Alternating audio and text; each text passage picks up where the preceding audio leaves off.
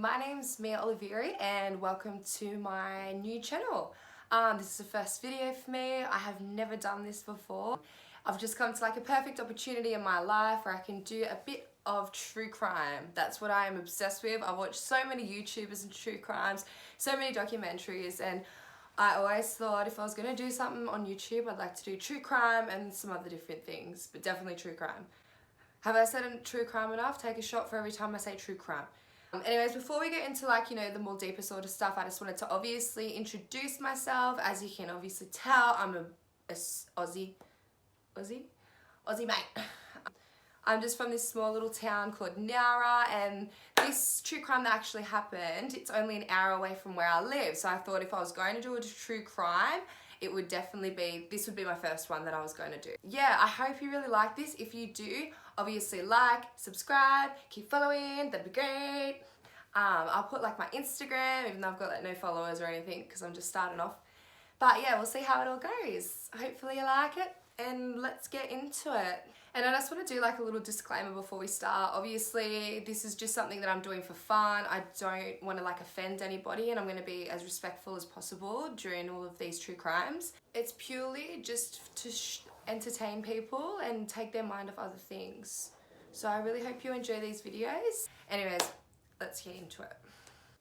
On June 13th, 1998, Canuka local store was not opened by local owner David O'Hearn. This was very unusual, and locals started to contact his family just to make them aware that the store had not been opened. When his family had been contacted, his sister decided to go around to his place and to see what was going on. He might have been sick, under the weather. Even so, it was still very unusual that David had not contacted anyone and told them of the circumstances. Unfortunately, when she arrived to his house, she found David's mutilated body. She ran out of the house in shock and immediately contacted police. When the police arrived at David O'Hearn's house, they noticed that David had actually been mutilated, decapitated, and disemboweled. His intestines were laid on a silver tray on a table, and his hand was laying on the couch after it had been used to write in blood on the walls, pentagram, upside down crosses, and other satanic symbols. And when the first on the scene arrived, they found David's head in the kitchen sink. This was one of the most horrendous crimes that had not only been ever committed in Wollongong, but in all of Australia. But before we dive into what's happened here, we'll firstly talk about the victim, David. David O'Hearn was a 60-year-old man. He was quite a good-looking man. He had a very nice tan complexion, silvery grey hair. He had a beautiful personality, got along with almost everybody. His family did have suspicions that he might have been gay because he never had a wife or kids and was very kept his personal life to himself. He never admitted to his family that he had a partner or anything, but he seemed so happy in himself, and because he was happy, his happiness radiated and everyone else around him was happy. So David O'Hearn was a shop owner in the Illawarra area, and as I previously mentioned, this is only an hour away from me. And we'll talk a little bit more about the Illawarra area, more specifically Wollongong. So Wollongong is an hour and a half from Sydney, and I'm sure everyone's heard of Sydney. A lot of Sydneyers come down to get away for the weekends and things like that, or they even travel further down to like the south coast here. It's a real, it's like a small city, but it's a beachside city. So everyone there has like a real laid back vibe. It's actually a really cool place. So something like this was very unusual. Let's add, okay? You do not get this on like a daily basis, all right? And so David had owned this local store, and he was always known to be like such a genuine guy. If there was ever people that, didn't have enough money to grab something, he'd always like let them loan it and pay him back, or he always had a friendly smile on his face, was very welcoming to people. All the locals knew him as just an outright great bloke. So when David didn't open his shop, that was really unusual for him because it was something he was passionate about and something he was very committed to. So the first thing the police decided to do was to start retracing his steps and see where David had been before he had been murdered. On June the 12th, he was shopping at a local store before he was heading home. He was just getting some groceries and things like that. And that can actually be confirmed by one of his mum's friends, because she ran into him on the way out and they just had a chat about how his day was and everything. And this was before he headed home to Dapto. And believe it or not, my parents actually owned a shop in Dapto, so this is how close it is to home. So when the police started to look at his house and his car, there was no like forced signs of entry. They had a look in the boot of his car and his groceries were still in his car, which they found like to be quite surprising as well. So this made the police think, had David let someone in? Because obviously David was this caring, open arms sort of guy, so it could be a possibility that someone has come to see him, or someone he might have even known, and he has let them into his house. And when they looked in his house, the house just looked like an absolute robbery scene. Like everything was turned over, there was nothing left in place, so it had the police a little bit puzzled.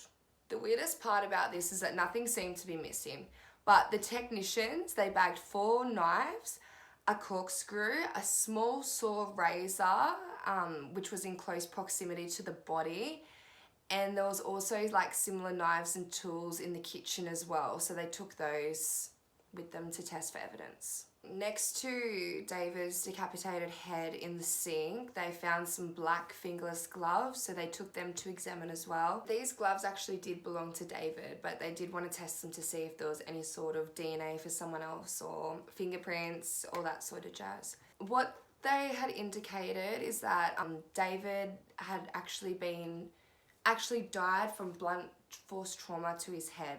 This had actually been done with a glass decanter, and if you don't know what that is I'll put a photo up, because I didn't know what it was until I worked at a certain shop that sold them. Yeah, it was just a really, really horrific crime for someone so beautiful like David. There was blood just everywhere, like all over the room, everywhere. Blood on the decanter. The mutilations to his body, when they were examined, it actually had shown this had happened after he died, which is kind of a relief in a way. It's glad that someone didn't have to endure that sort of pain before dying, because I've heard stories of it and it just breaks your heart. It's horrible what some people can put other people through. So they did actually recover a fingerprint, and they went and tested this fingerprint. However, it didn't show up with any results. And now this was a bit of a worry to the police, because they thought, if this person hasn't committed crimes before, if this is their first crime, what else are they actually capable of? So after no leads with the fingerprints, they decided to look into like satanic groups and things around Wollongong, like people around Wollongong that do that sort of stuff. And this name popped up, which is the name Keith Schneiber. So the police decided to go to Keith Schneiber's house, and when they did get there, Keith wasn't there. It was one of his friends. So they asked his friend, who was called Mark, they said, "Oh, Mark, can we just come in and have a look around the place?" And there was no problems about that. When the police went into Keith's room, they saw mutilated bodies, real angry satanic music, and posters of like decapitated people. So at this point, the police thought they had a really strong suspect in the case. They thought, right, we got to find this Keith Schneiber and see if he has an alibi, see what's going on. Now let's talk a little bit about Keith Schneiber. I don't even know if I'm pronouncing it right, so I'm sorry about that. So Keith Schneiber worked at a local fish market, and this actually was owned by one of my dad's mates at the time. So he owned the fish market and Keith worked for him. So Keith knew how to use a knife well. Obviously, he worked at a fish market. He was well known to be like a Satanist. So people like assumed, you know, he was into satanic rituals, rah-rah, all that sort of weird stuff. He was actually a neighbour of David O'Hearn, so this could be the reason why there was no forced entry. When they went and spoke to Keith at work though, Keith actually had an alibi. So Keith was with his mate, Mark, the one they went and checked at his house. So they were together that night, hanging out, catching up, having a bit of a boys' night. So this kind of led the case cold. Like, he had a strong alibi. What were the police, who are they going to start looking at now? So 2 weeks later, the police were still doing investigations and seeing who could have possibly been involved in this horrendous crime, when they received a phone call and had been told that there was another murder. Now, this man was actually Wollongong's ex-mayor, Frank Arkell, and he was also a member of New South Wales State Parliament. Frank, just like David O'Hearn, was killed in his own home. It had looked like he'd invited the killer in as well. No signs of forced entry. This was in West Wollongong, actually at the back of his house in his granny flat. The police had noticed that Frank Arkell's injuries were very similar to David O'Hearn's. So there was blood all over the walls and there was definite signs that he had died from a substantial head injury. It was clear that this had been done with a lamp because the lamp cord was actually wrapped around his neck. The intruder used whatever he could find at the house to commit these heinous crimes. And it was definitely signs of crimes of opportunity, because he's just using whatever he can find in the house. Like, he's not planning this properly, he's not bringing his own weapons or anything like that. So it definitely looks like it's a crime of opportunity. And just like David O'Hearn, Frank Arkell had been mutilated after his death. Now, there were little push pins that had been inserted into his eyelids. He'd also had 2 big pins pushed into the side of his cheeks. So it was pretty gory. So police obviously suspected it was the same murderer because of what they had done to the victims. And at this crime scene, they'd actually found some black, trackies. So black track pants, joggers, that sort of thing. And then they found a pair of blood-stained Colorado hiking boots.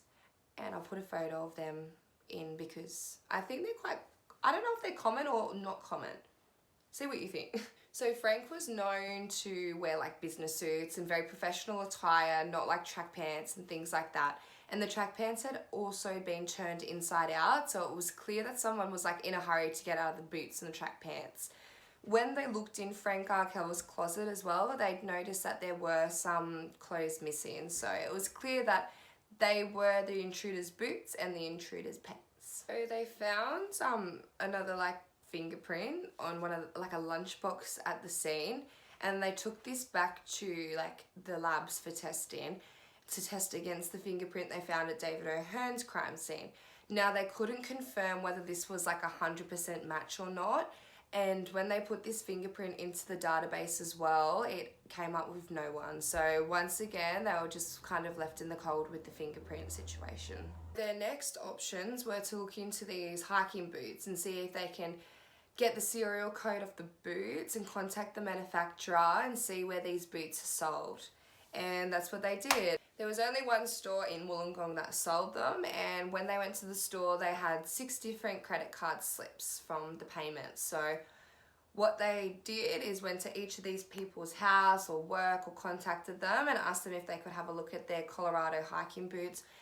Every single person was more than happy to do so, and even one of the places they went to, they knocked on the door and the guy was wearing the boots. So whoever had bought these boots had paid cash.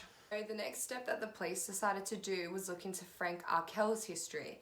Now, as I said, Frank Arkell was the mayor of Wollongong, and he actually did quite a bit of good for Wollongong because he was known as Mr. Wonderful Wollongong and would really promote it and bring more tourism towards the south coast and towards Wollongong.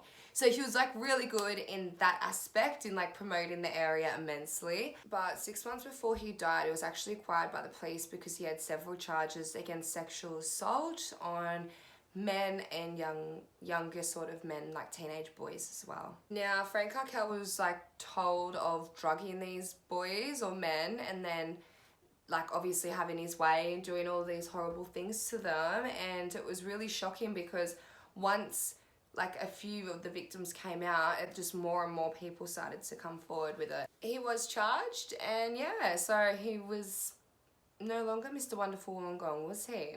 So now what the police had to do was go through all of the victims that he had abused because it would be a perfect motive for them to attack Frank.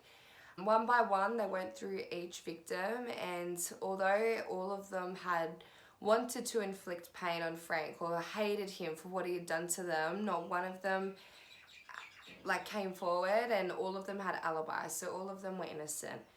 There was also a murder in Sydney that the police did look into to see if they could link it up. However, it didn't have anything to do with these other two crimes, and they had to rule that one out. Once again, they were just back at square one.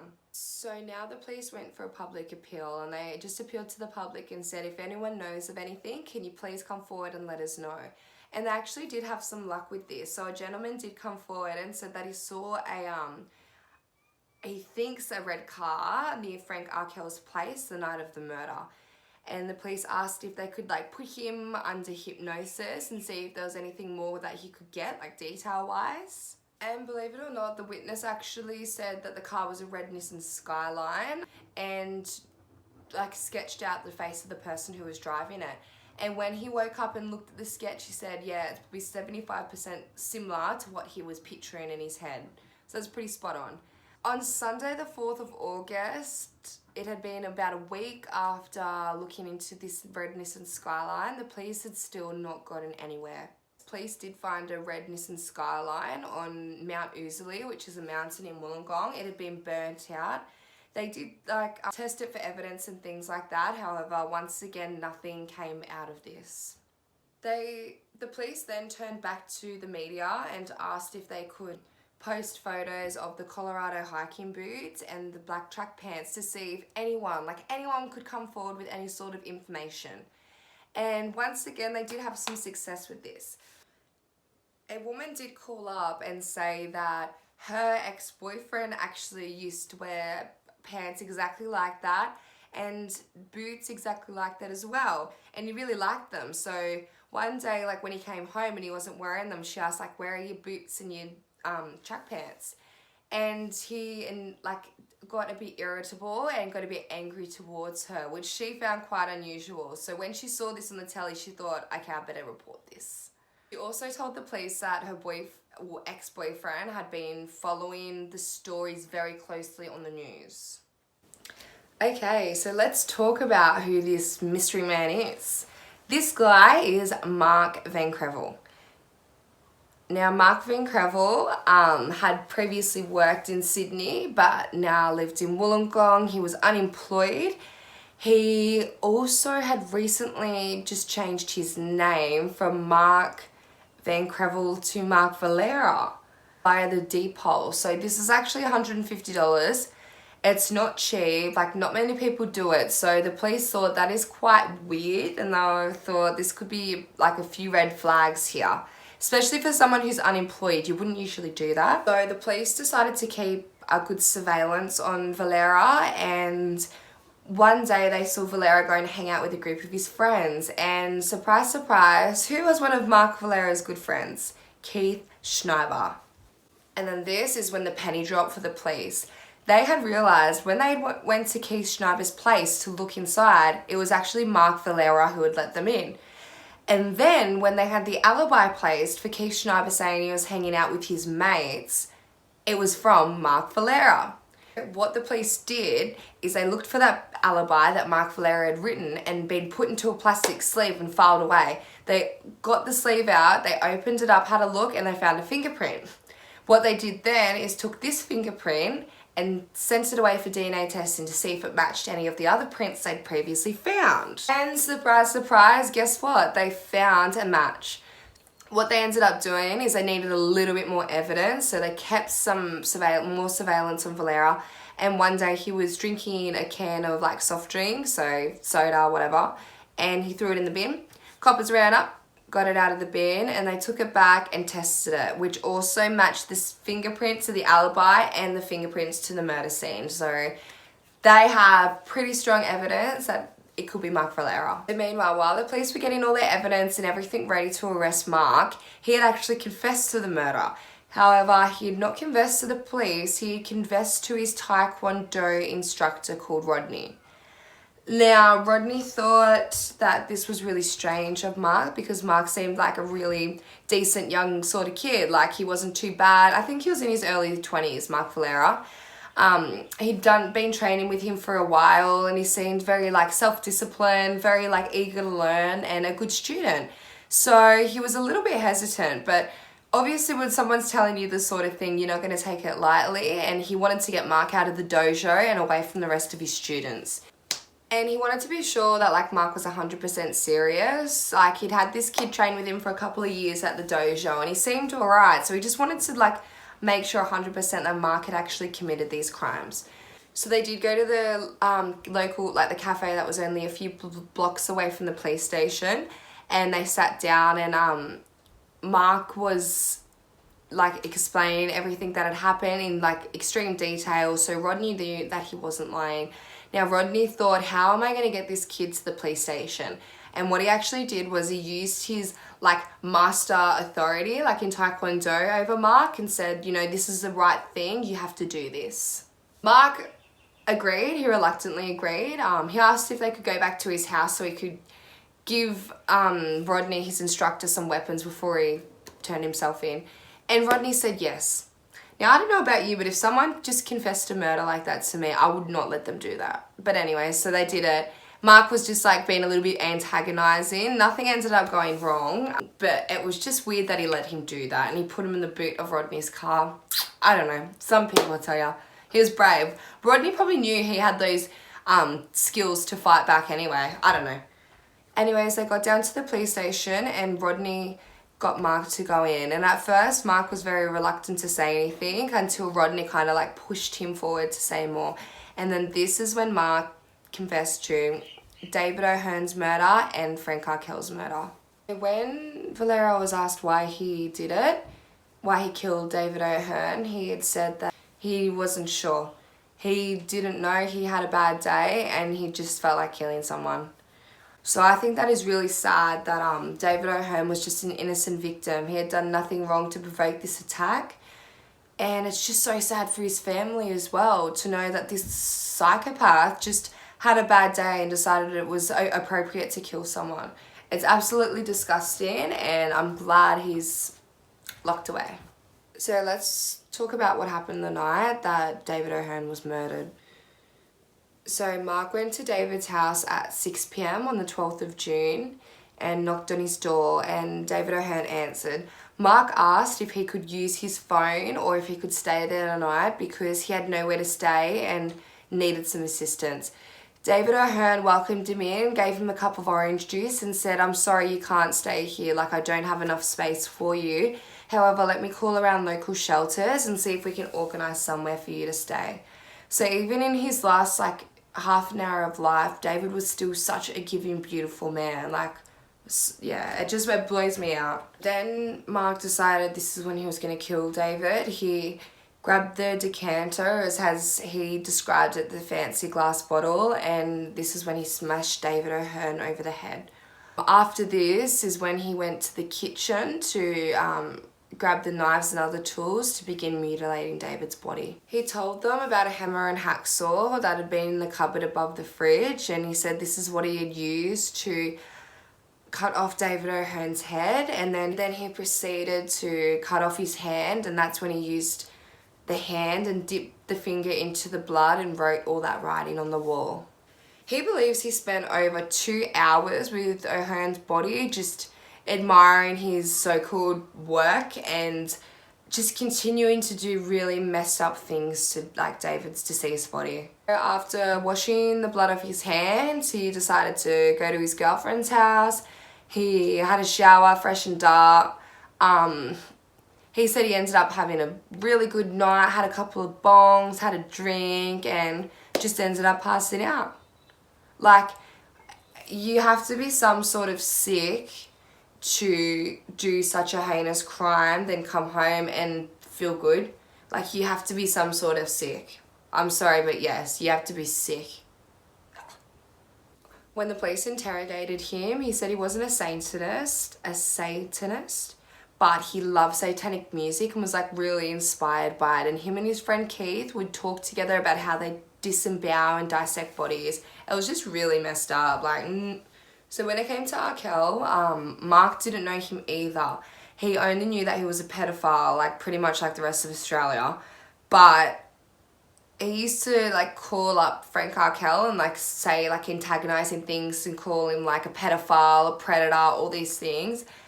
And he thought, why not take it the next step further and get some more revenge? So what he ended up doing is he called Arkell and pretended to be like a gay man and said, oh, like, can I come around to your place, have a few drinks, see what happens? And of course, Arkell, like, he was like, yes, come over. Like, I don't think he would even get much attention after all the negative attention he was getting. So any positive attention he would have latched onto, you know what I mean? When Valera got there, he took no time in killing Frank. Like, as soon as Frank opened the door, he walked in, greeted him, and then just started kicking him, punching him, beating the absolute life out of him. And then this is when he proceeded to get the lamp and smash him over the head and then strangle him as well. He said he got angry that there was blood on his clothes. He got so angry that he took it out on Frank again, and like that's when he began to like mutilate his body and do things like that. So afterwards he took off his clothes and left them there and got into some of Frank's clothes, and then that's when he proceeded to leave. Police then went and looked at Mark Valera's house. When they searched his room, they found David O'Hearn's necklace, which had been missing from the scene. His family thought that was very unusual because he always wore that. It was something that was very close to him. And he did find did I say Frank Harkel's clothes? Because they found that as well. He also had a book that was called The List of Serial Killers A to Z, and at the back of the book he'd actually written a hit list, and he had Frank Harkel, David O'Hearn, and his father, Jack Van Crevel. He then had sketched underneath this who will be next, so it's quite eerie, like, to know that he was kind of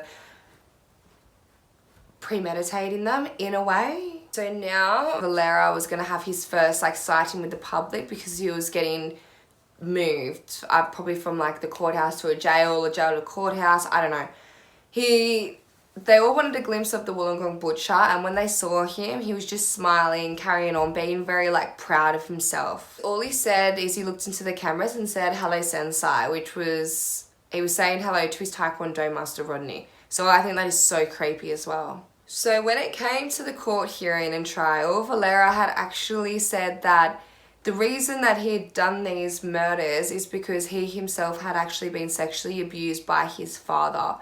And he had said that him and his sister had been sexually abused when they were young, and both of the two victims of the murders had sexually approached Mark Valera and made a move on him, which had made him visit those old memories and triggered this anger and hatred inside of him. So this is what he claimed at the trial.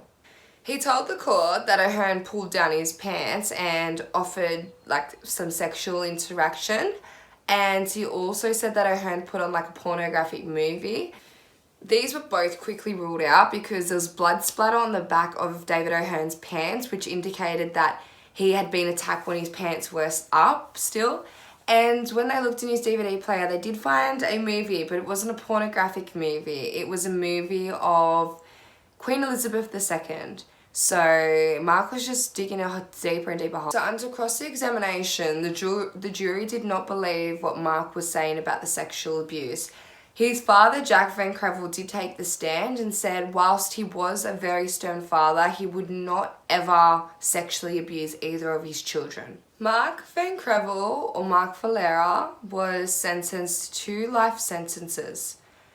And there was a note put on his documents never to be released. Mark was one of the youngest people in New South Wales to be given a life sentence. I truly believe this was 100% well deserved. His sister spoke out afterwards, claiming that his cry out of sexual abuse claims were true, and Mark wouldn't have done these things if it wasn't for the father. Even their biological mother had to come out of the woodworks and say that she couldn't believe that her ex-husband would do this to her children. So you guys might think it's over, but this just gets really crazy. Like, what happens next is pretty full on. Okay, so we'll talk a little bit about Jack Van Crevel before we get into this more. Now, he was a really stern father. That's what people said. He was stern, but his kids did not go without. If Mark wanted the latest bike, he got the latest bike. If they wanted the latest clothes, that's what they got. I think the biological mother left when they were quite young, so he did a lot of the raising on his own. And so many people said, yeah, he was a stern dad, but there was no way that he would have abused them sexually, physically, or any other way. So it was quite peculiar as to why the 2 kids were saying they had been sexually abused. He tried to do his best as a father because their mum walked out, and that's what he did. But according to Belinda Van Crevel, which is Mark's sister, he would punch them, kick them, spit on them, pull them to the ground, and he touched their genitals apparently by poking them in the eyes, and this is why she believed Mark had this rage and would always like do some sort of thing to the victim's eyes because of what had happened to him as a child. Mark was sent to a forensic psychologist, Rob Milton, who was very well known. I actually watched a true crime the other day and he was on it. So Rob Milton concluded that there was too many inconsistencies in Mark's stories, and the facts, he thinks that Mark has made all of this up so people look more sympathetic on him and he had like an easier sort of trial. Obviously this is all backfired on him big time. So during this trial of Mark Valera, his sister Belinda and his friend Keith had become really close. They'd come together in this sort of loss of a friend and a brother. And unfortunately, 2 weeks after Mark was sentenced, Jack Van Crevel was actually found murdered in his bedroom. Apparently, Belinda Van Crevel and her 2-year-old daughter Tia had escaped the house after it was invaded and someone had threatened them.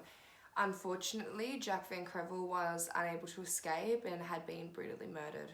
She said she heard the man attacking her father and she grabbed Tia and she took her in the car and they drove down to the Albion Park police station and reported what had gone on. When the police arrived to the scene, they found 49-year-old Jack Van Crevel kneeling down next to his bed and he had been murdered. There were 3 weapons laying in front of Jack on the bed: a tomahawk, a knife, and a fire poker. Forensic technicians sprayed luminol and over the room to see if they could find any blood, and they did see some bloody footsteps exiting the room. And she had actually said to the police that while she was huddled in the room with Tia, the intruder had opened the door, looked at her, closed the door and left. And when they sprayed luminol on the door handle, they did see a bloody handprint. So this did correlate with Belinda's story. Once she thought that the intruder had left, that's when she hopped in a car with Tia and drove down to the police station. Police instantly thought that Mark Valera had set up some sort of crime or stint to get back at his father to murder him. However, when they were at the jail and interviewing regarding this murder, he blatantly denied it and didn't show any sort of remorse or sadness for his father's death. Now, Belinda Van Crevel was telling the police that Keith Schneiber was the sort of person that would be like keen to commit a crime like this. And the police just thought Belinda was not telling them as much as she knew. She didn't seem like sad about her father's death. She didn't seem sad about the intruder or anything like that. All she kept saying to the police is she thinks it could be Keith Schneiber. So the police had a tip-off. They found Keith down at Albion Park rail station, and this is when they arrested him. And surprise, surprise, Keith confessed to the murder. The police took him back to the crime scene and he showed the police where he had been numerous times before. He'd gone into the garage, got one of Jack's axes, then he'd gone back out, climbed in through Jack's window, and that's when he began hacking at him. Unfortunately, Jack did not die as quick as Keith had hoped, and Keith said to the police halfway through the murder, Keith had wished that Jack would have taken the axe and murdered him instead. He said this would have ended his miserable life. However, this was not the case, and Jack Van Crevel did die.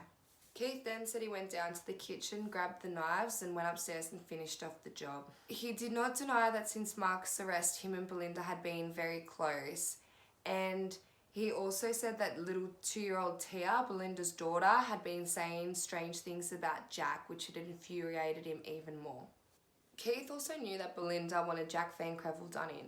The day before, they went down to the jail to see Mark Valera. However, they weren't allowed in because they didn't make an appointment. They then drove down to Shell Harbour Shopping's village, and Belinda stayed in the car while Jack went inside and bought some food and some gloves because he knew he was going to be killing Jack Van Crevel that night. He returned to the car and him and Belinda then started discussing what was going to happen and how they were going to execute Jack Van Crevel. Physical evidence also linked up with Keith Schneiber's confession. And so he went to trial and the court found him guilty and he was locked away for 16 years. Keith Schneider was also a victim of abuse, and all he was doing was getting back at Jack Van Crevel for what he had done to Mark and Belinda Van Crevel. He wanted to show Mark Valera he was like this big sort of man and he could look after Belinda Van Crevel while Mark was in jail. And police believe that Belinda had a lot more to do with it than what she was saying. There was just certain things that weren't adding up. Like at the crime scene, Keith couldn't really remember where he got certain knives from, and it's like they were almost placed there for him, and the windows were like easily unlocked, and just certain things that made it seem like he was assisted in this crime. It was also strange that Belinda Van Crevel drove to Warrigal Police Station. Sorry, I said Albion Park before, it's Warrigal. Instead of calling 000 or driving to Albion Park, which was 15 minutes closer. It was only down the road, so she drove 15 minutes to Warrigal Police Station. Jack Van Crevel's ex-wife, Elizabeth Carroll, had also warned him 2 days prior that she knew that Belinda Van Crevel had paid Keith $2,000 to take a hit out on him. And Jack just brushed it off and said, no, don't be silly. She wouldn't do that. I'll be fine. Jack didn't contact the police or let them know, and Belinda even told her own mum that she was going to get Keith to hack up his body into little bits and pieces and throw it into Kiama Blowhole, which is crazy. I'll put a photo up of Kiama Blowhole. Police looked further into Keith and Belinda's relationship, and they found letters back and forth regarding the crime and just overwhelming evidence. I could get into it, but I'm not going to make this go forever. So there was heaps of overwhelming evidence that had proved that they were in love, and she was paying him a consistent amount of money to kill Jack Van Crevel. So when Belinda Van Crevel went to court, because she obviously got charged, she did get charged with solicitation to assist in murder. The judge actually took pity on her and believed her past of sexual abuse and sexual assault. So she was actually only given 6 years, which really upset a lot of people because she was the backbone of the whole operation. So I think she should have got a lot more time for that. And in 2007, Belinda was released from jail. She inherited $200,000 of her father's estate, and she said, I just want to live my life. This didn't last long because in 2010, she was arrested again for theft and assault. And then in 2013, she was actually arrested because she stabbed her boyfriend. And this is when she got the nickname Evil Van Crevel. Schneiber was granted bail after serving 12 years of the murder. However, he was only out for 3 months. He couldn't adopt to like everyday life and didn't show up to his parole hearings, and so he eventually just got put back into jail as well. Mark Valera is still in jail serving his time. He is currently at Goulburn Jail, which is 120 k's inland from Wollongong, so it's still quite close. Anyways, I hope you enjoyed this. It is so crazy to think, like, it just got deeper and deeper. Like, I was listening to it and I was like, oh, this is pretty hectic. And then I was like, whoa, okay. If you want to look into it, I'd really recommend it. I did have to skip over a couple of little details because of time limit. It's still going to be like an hour long. And I hope you really enjoyed this. As I said, I'm going to be bringing more true crime and more videos. Thank you so much, and I'll see you later.